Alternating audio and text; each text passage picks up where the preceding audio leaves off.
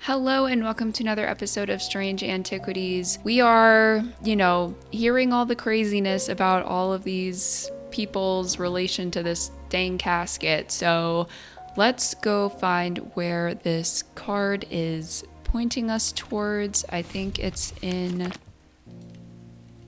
here, because here's the library where the books would be, and then on the ground floor below it would be maybe here. As I open the door, I'm hit by the musty smell of damp. This room hasn't been entered for some time. The corner of the room is piled high with scrolls of parchment and old books, but underneath the debris I find something of interest. Ah, that's pretty.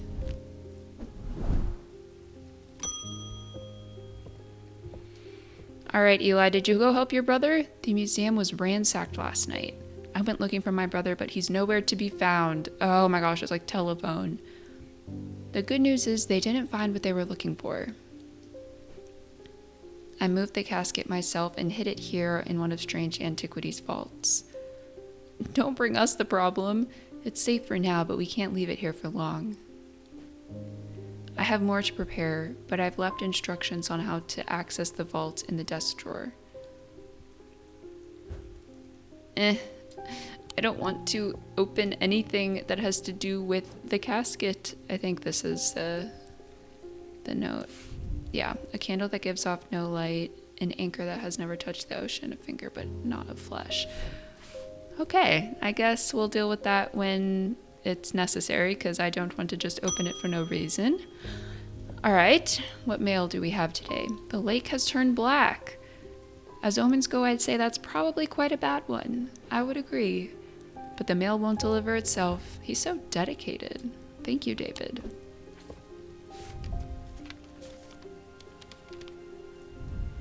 I found this note in an old writing desk up at Gleeston Castle. I expect it will mean more to you. Fear in autumn, rising in winter. It feels all too prescient that we hurtle towards winter and a terrible, unknowable fate. Well, that's ominous too. Okay, let's go back to the Gleeston Castle map. And then we want to go with this. Put it here. And then go here. I searched the room at the foot of the western tower quite thoroughly before finding a stash of papers. To my dismay, they are largely the scrawlings of a madman, but in amongst the nonsense there is some valuable information. All right, many a paper. All right, Mr. Eyepatch, you brought all this on to us. I discovered the missing piece of the puzzle. There is an ancient shrine in to the nameless gods at the skull of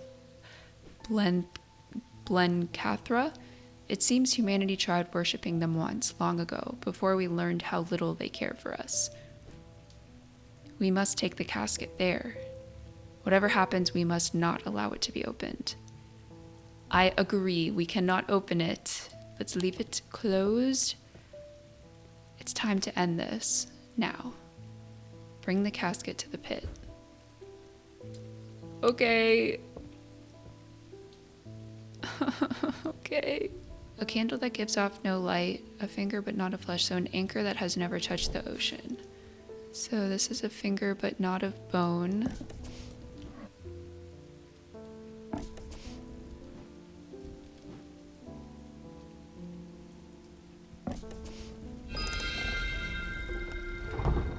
Oh, I don't want this to happen. Oh man, we're gonna have to go far. So then we want to press here,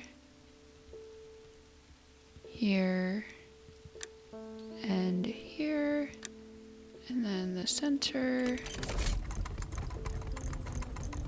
Oh boy. I don't want to touch this casket.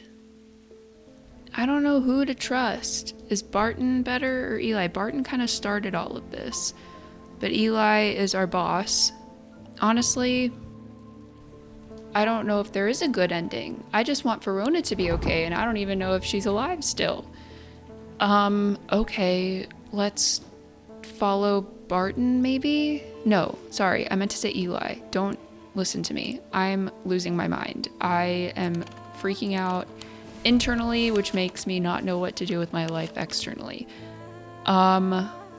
Okay, let's go to the pit. Where's the pit? Oh, this could be so bad. The sun is low in the sky as we arrive at the pit, casting a warm light across the treetops and the open fields. A solitary raven cries out from the tree line, and I look to the skies, but they are empty.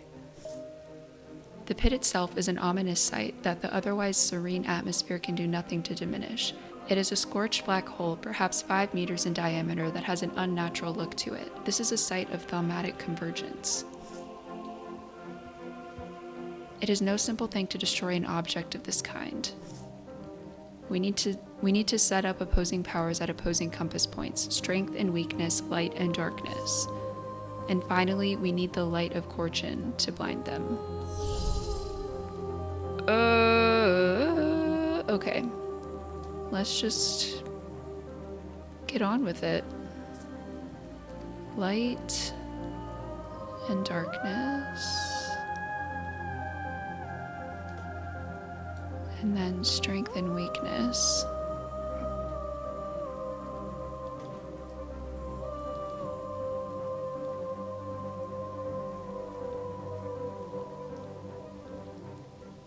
Despite appearances, these Noctic items have no connection to the League of the Amphibian Heart. They are objects of considerable power that can turn darkness to light, fear to joy. Alright, let's see what happens. Eli inspects my work. His face shows little emotion, but he seems satisfied. By now, the sun has finished setting, and only a hint of red afterglow remains in the darkening sky. The raven croaks his mournful cry once again, but this time there's a reply, and then another. I look up and see several dark shapes circling above. Quickly now, they're here. I spin around to follow Eli's gaze, and my pulse quickens as I look out across the field. A large group of shadowy figures is walking steadily towards us. We can't see their faces at this distance in the low light, but I'd be willing to bet that every one of them has pools of midnight for eyes. In the sky above, the ravens continue to grow in number, and their caws and cries get louder and louder. I look down at the black object in my hands, such a small thing, and yet its seductive power is impossible to ignore. It wants to be opened. Suddenly, it feels inevitable. The casket, now! But I'm not sure I want to give it to him. Hello? Give him the casket? I don't have, me personally, I don't have this curiosity of, not giving him the casket. Hopefully this is the right move. Okay. The wave of intoxicating power washes over me, but I hold strong against it. I hand over the casket, and together we begin activating the items arranged around the pit. Working as fast as we can, it still takes longer than we'd like, and when I look up again, the thaumaturgy has fear in his eyes. We're too late. The mob is upon us. One of them grabs Eli and tries to wrestle the casket from his hands. I rush across to help him, but it's no use. They are all around us. The man tears the casket free, and it clatters to the floor, skittering across the edge of the pit, coming to a rest on the precipice. A gray-haired woman stoops to pick it up, and I am surprised to find that I recognize her. It's Verona Green, the occult scholar. No, please be on our side. The mob cheers, but Verona turns towards me, and I'm no longer afraid. Her eyes are ringed with darkness, but they're not black. Oh my gosh, back from the dead, Verona, my favorite.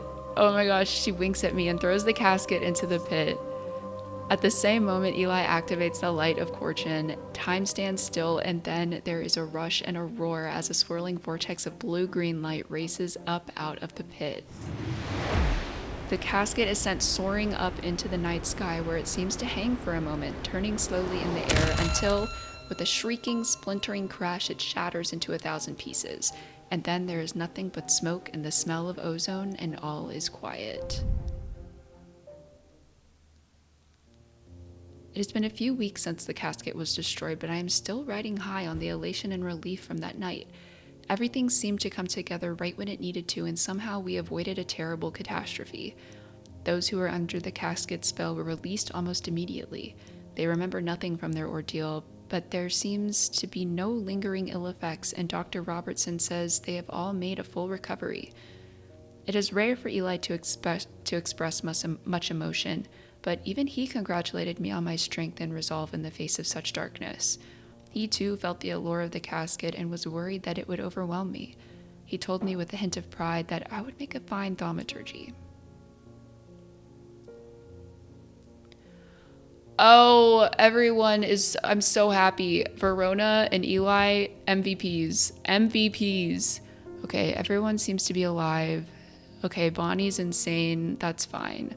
Audrey's dead? Murdered by her own bloodthirsty followers when the casket was not opened? Oh no. Oh no. Alive, alive, alive. Jupiter! Rescued, fully recovered from his catnapping ordeal. Wow. The casket has been destroyed and Undermere is safe again. This is so good. Oh, I was so worried.